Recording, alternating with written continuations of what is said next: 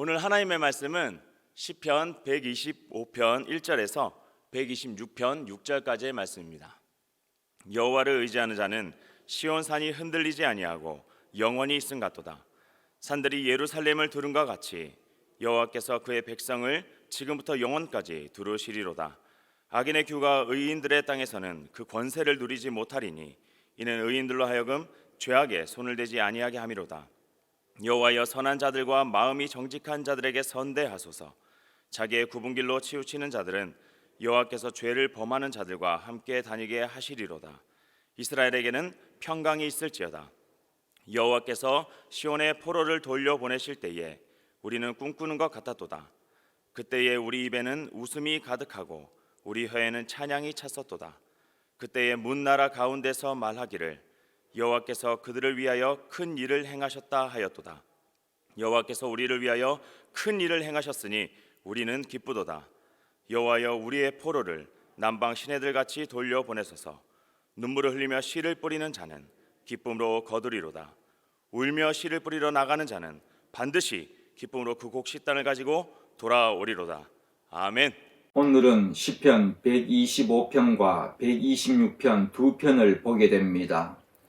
먼저 시편 125편은 두 부분으로 나누어져 있습니다. 전반부에서는 하나님을 의지하는 자는 하나님이 지키신다는 것에 대하여, 그리고 후반부에서는 선한 자들에게는 복을, 죄인에게는 버려두심을 말하고 있습니다. 1절에 이렇게 기록하고 있습니다. 여호와를 의지하는 자는 시온산이 흔들리지 아니하고 영원히 있음 같도다. 시온이라는 단어를 참 많이 저희들은 접하게 됩니다. 성경에서 시온에 대한 첫 언급은 사무엘하 5장 7절에 나와 있습니다. 다윗이 시온산을 빼앗았으니 이는 다윗성이니라, 이렇게 기록하고 있습니다. 원래 여부스족의 요새였습니다. 후에 다윗이 정복한 후에 이스라엘의 소유가 된 것이죠. 그리고 이 시온이란 말은 예루살렘을 지칭하는 것이고, 좀 넓게는 유대 땅, 그리고 이스라엘 국가를 지칭하는 데도 사용되었습니다. 1절에서는 하나님을 의지하는 자는 산이 흔들리지 않음같이 안전하다는 그러한 말씀입니다. 반대로 성경에는 의지하지 말아야 할 것에 대하여 참 많이 기록하고 있습니다. 우상이라든지 애굽, 즉 힘이죠. 귀인들, 즉 권력입니다. 등등 참 많이 기록하고 있습니다. 그러나 그 대표적인 것, 의지하지 말아야 할 대표적인 것은 저는 인생이라고 생각합니다. 이사야서 2장 22절에는 이렇게 기록하고 있습니다.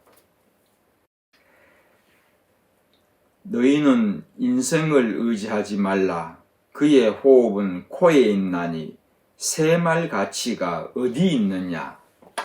아무 보잘것 없다는 그러한 말씀입니다.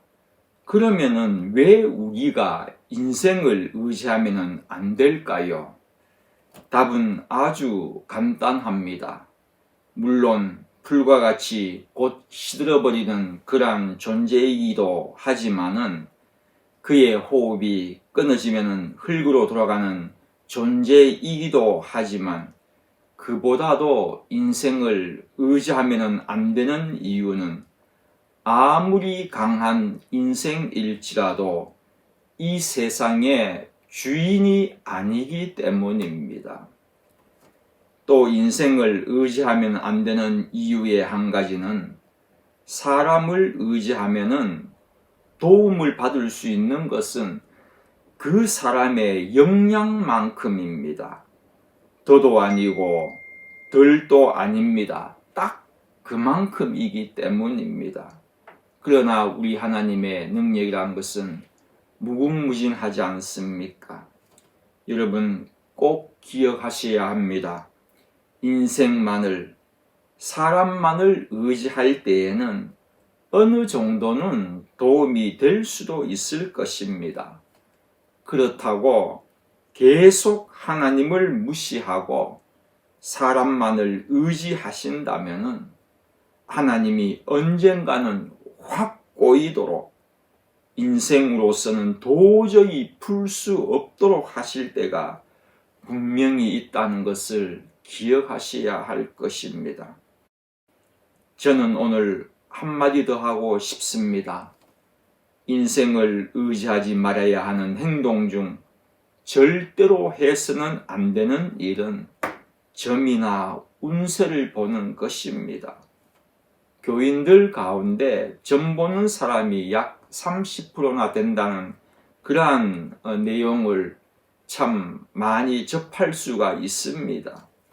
저는 이 정도는 아니라고 생각합니다. 30%라면은 엄청난 숫자이지 않습니까?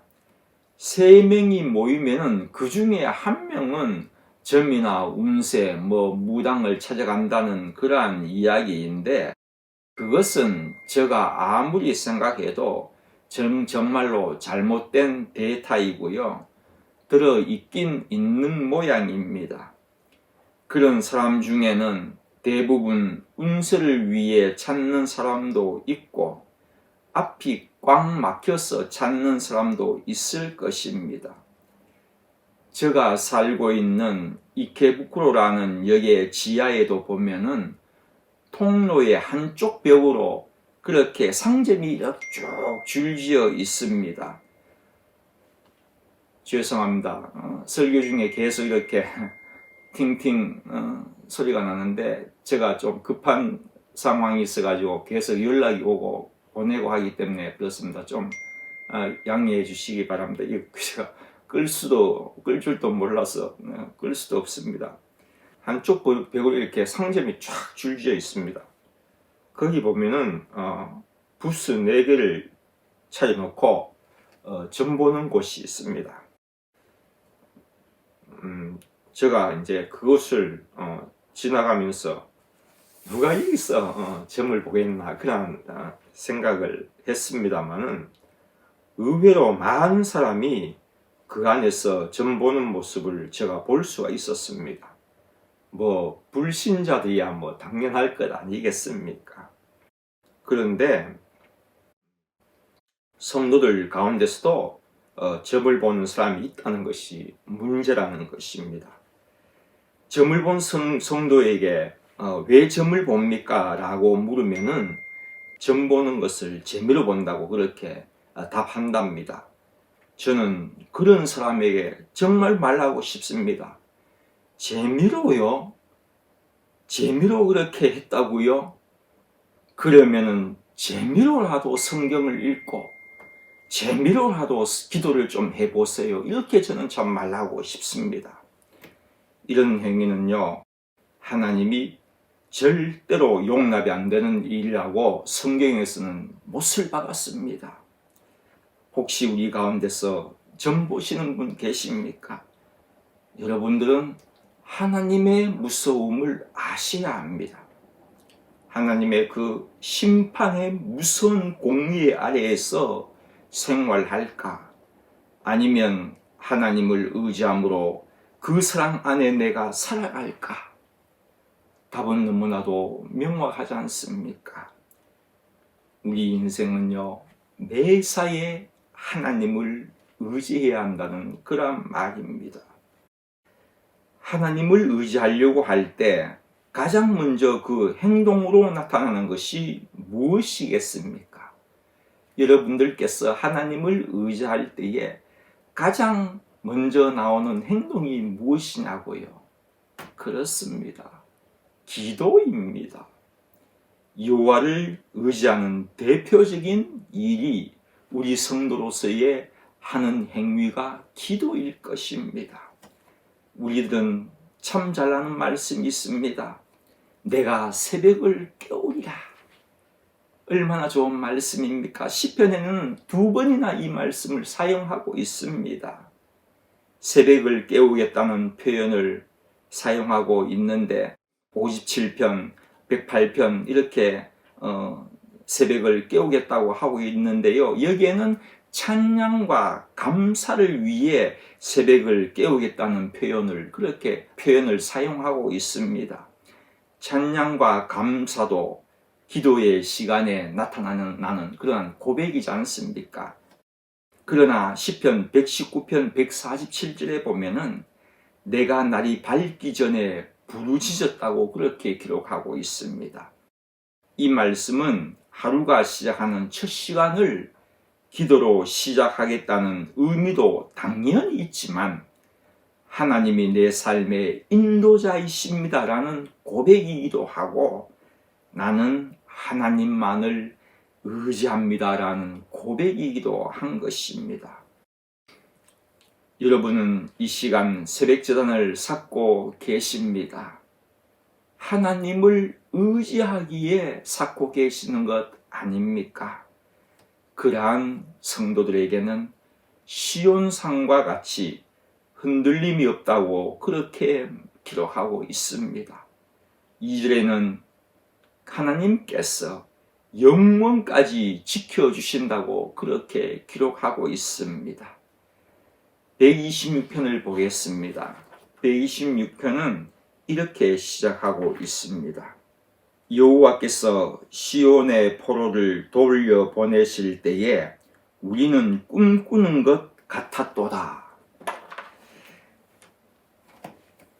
126편은 이스라엘 백성들이 하나님의 말씀에 순종하지 않아서 70년 동안 포로 생활을 하지 않습니까? 바벨론에서 포로 생활을 하는데 거기서 끌려갔다가 다시 해방되어서 돌아올 때의 그 기쁨을 기록한 시입니다. 표현한 시입니다. 해방된 기쁨이 꿈만 같았다고 그렇게 기록하고 있습니다. 그때 2절에 보면은요, 입에는 웃음과 찬양과 기쁨이 가득 찼다고 기록하고 있습니다. 그리고 이러한 일은 하나님이 이루신 대사이라고 그렇게 기록하고 있습니다. 큰 일을 행하셨다는 그러한 말씀이죠. 4절에는요, 또한 이러한 표현이 있습니다. 여호와여 우리의 포로를 남방 시내들 같이 돌려보내소서. 포로를 남방 시내들 같이 돌려보내소서라는 뜻은 이스라엘의 시내, 여러분들 많이 참 들으셨을 것입니다. 평소에는 바짝 마른 그러한 땅과 같은 그러한 시내이지 않습니까? 말라 있지 않습니까? 그러다가도 우기가 되면 갑자기 물이 어디서 흘러왔는지 모를 정도로 콸콸 흘러와서 풀들이 주변에 돋아나고 그와 같이 막 생명이 살아나고 있지 않습니까?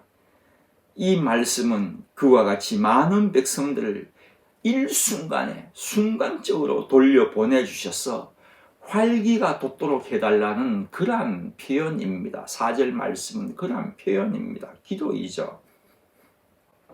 5절과 6절에는 그 유명한 말씀이 기록되어 있습니다. 5절 말씀입니다. 눈물을 흘리며 씨를 뿌리는 자는 기쁨으로 거두리로다. 울며 씨를 뿌리러 나가는 자는 반드시 기쁨으로 그 곡식단을 가지고 돌아오리라. 이 말씀은 청교도들이 미국에 처음 와서 3년 후에 추수감사를 드릴 때에 그때 당시 포세이돈 목사님이 이 말씀을 읽으면서 기도를 하였다고 그렇게 기록하고 있습니다. 참 그것으로 유명하죠. 그 기도의 내용은요, 하나님 102명 중에 죽은 사람들이 미국의 위대한 씨앗이 되게 해 주십시오. 그리고 저희들도 죽더라도 감사한 마음을 주십시오. 이렇게 기도했습니다. 이 말씀을 가지고 이렇게 기도했죠. 모든 것을 하나님께 맡긴다는 그러한 기도 아니겠습니까? 그리고 그 후에 약 300년 후에는 엠파이어 스테이트 빌딩을 완공하게 되죠. 102층입니다. 이 102층이라는 것도 사실은 여러분 아십니까? 청교도들이 102명이 왔기 때문에 102층을 지었다고 그렇게 말합니다. 그때 준공식 때 설교했던 내용도 또 이 말씀이고, 이 말씀을 일부러 선택하여서 설교를 했다고 그렇게 그러한 일화가 있습니다. 눈물을 흘리며 씨를 뿌리는 자, 울며 씨를 뿌리러 나가는 자는 반드시 기쁨으로 돌아온다고 했습니다. 눈물을 흘리며 울며 씨를 뿌리는 것은 고통임에 틀림없습니다. 고통의 결과는 축복으로 이어진다는 것입니다. 여러분은 이 미국 땅에서 지금 여러 가지의 일로 씨를 뿌리고 계실 것입니다. 어떤 분들은 장래에 더 좋은 일을 영위하기 위하여 지금도 씨를 뿌리고 계신 분들도 계실 것이고, 가족을 위하여서 아니면은 복음을 위하여서도 씨앗을 뿌리고 계시는 분들이 분명히 있을 것입니다. 남들이 보든 안 보든 열심으로 헌신의 씨를 뿌리시는 분들도 계실 것입니다. 확실합니다. 하나님이 다 기쁨으로 이루어 주실 것을 믿습니다. 꼭 바람은 여러분들은요, 계속하여 기도의 씨를 뿌리는 분들이 꼭 되시기를 바랍니다. 새벽기도 조금 전에 하나님을 의지하는 행위라고 제가 말씀을 드렸습니다. 여호와를 의지하는 자는 시온산같이 영원히 흔들리지 않는다고 했습니다. 그러니 분명합니다.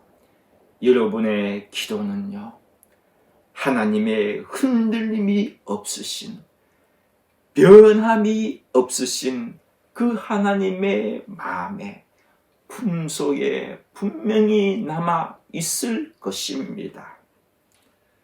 6절 말씀에 우리가 힘을 얻는 것은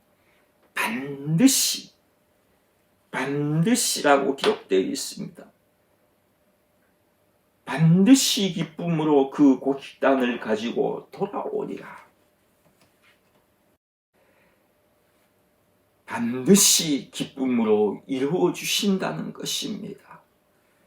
이사야 14장 24절 말씀입니다.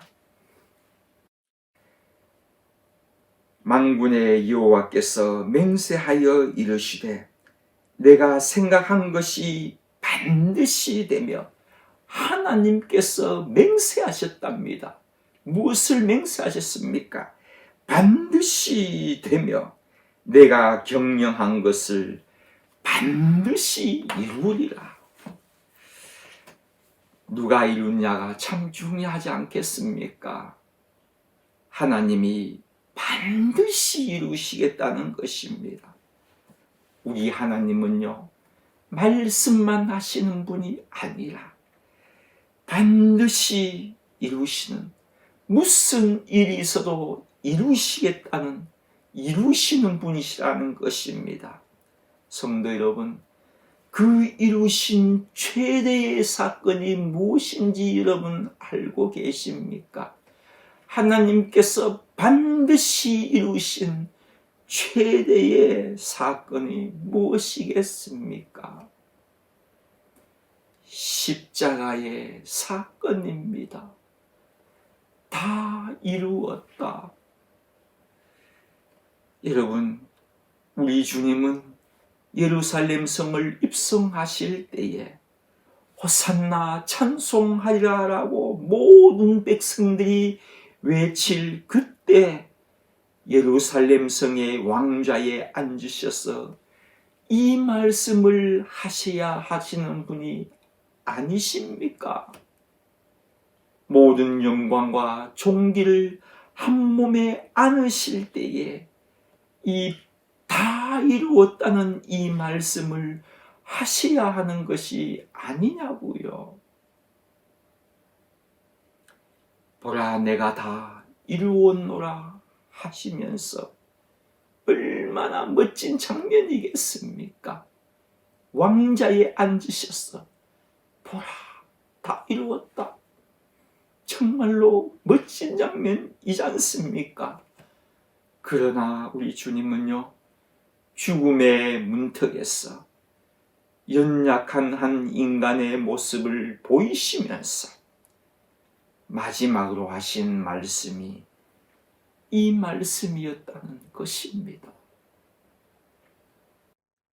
요한복음 19장 30절에는 이렇게 기록하고 있습니다. 다 이루었다 하시고 다 이루었다 하신 후에 머리를 숙이시고 영원히 떠나가시니라. 주님의 그 죽음도 이 한마디를 기다린 것입니다. 이 한마디가 없이는 죽음도 찾아올 수가 없었던 것이란 말입니다. 다 이루었다가 이렇게도 중요한 한마디이셨습니다. 무엇을 다 이루셨습니까? 지옥으로 빠져야 할 우리를 온몸의 피투성이가 되도록 한 몸으로 막으시려니 얼마나 힘이 드셨겠습니까만 결국은 보혈의 능력이 승리하시사 하나님의 뜻을 다 이루신 것입니다. 성도 여러분, 우리가 지은 죄악은 주님의 보혈의 능력을 결코 이길 수가 없습니다.